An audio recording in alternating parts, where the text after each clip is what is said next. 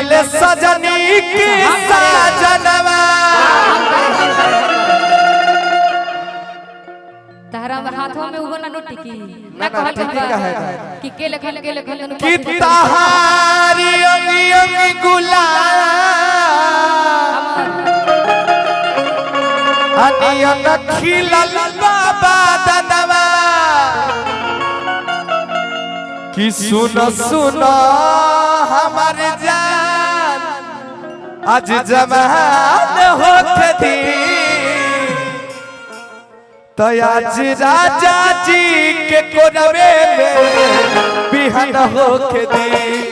आज राजा जी के कोरवे में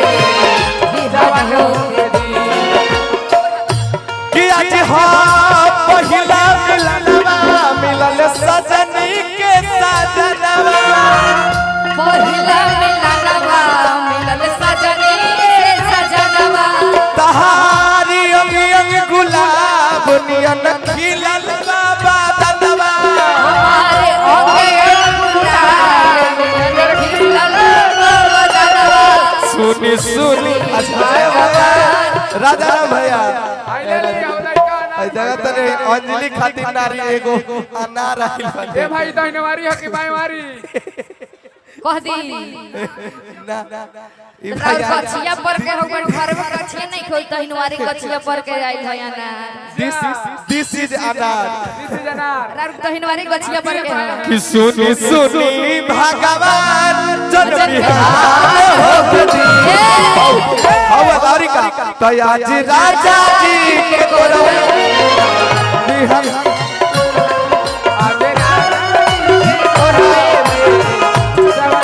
आज राजा जी के कोरवे में बिहार होके दे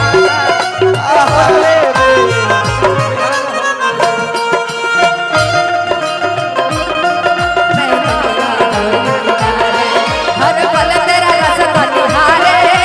लगे नहीं तेरे बिनारे जैसे जैसे लगा मुझे सामने से छुपा के तुझे ले आया तेरा दिल दे दिया तेरा दिल दे दिया तेरा दिल दे दिया तेरा दिल दे दिया अरसद भैया अरसद भैया आ रहे आगे और अरसद भैया आ जाए एक ले ली तीन ताल में कि आज राजा जी के कोरवे में बिहार होके